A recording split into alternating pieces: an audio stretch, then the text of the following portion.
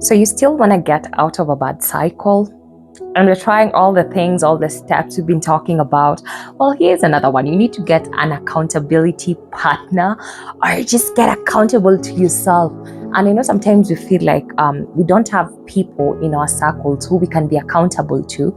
And not just the kawaida stuff, but the real issues that you're dealing with, the real things you're struggling to get out of, the addictions, the struggles, the two habits, the cycles, the negativity, the toxicity we're trying to get out of. Sometimes you might feel even the friends that we have, we cannot really be honest and open with them with with how we are doing and what is happening in our lives. So sometimes we might feel like we don't really have anyone we can get accountable to.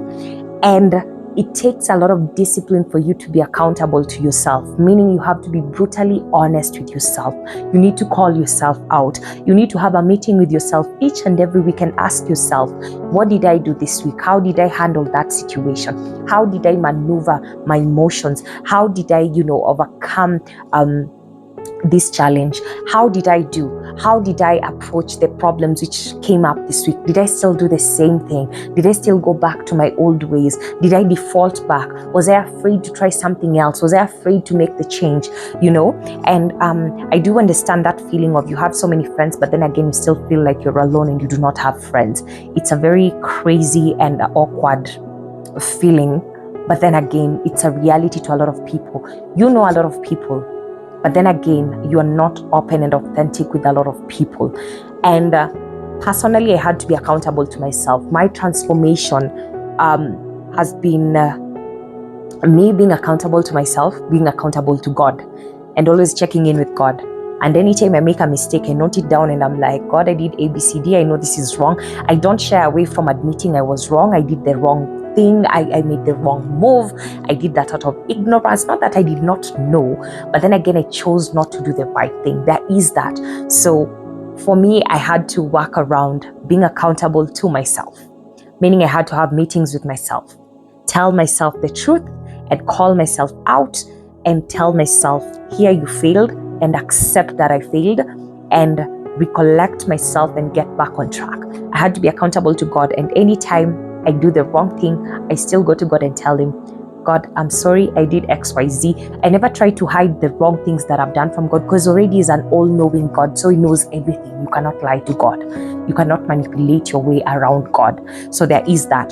So I'm like, you know what, God, whether that one, I did knowingly. It's those things we do, we commit knowingly, very much aware, and you try to pretend like I did not know, but then we are aware. So I just became brutally honest with myself, and also became accountable to God.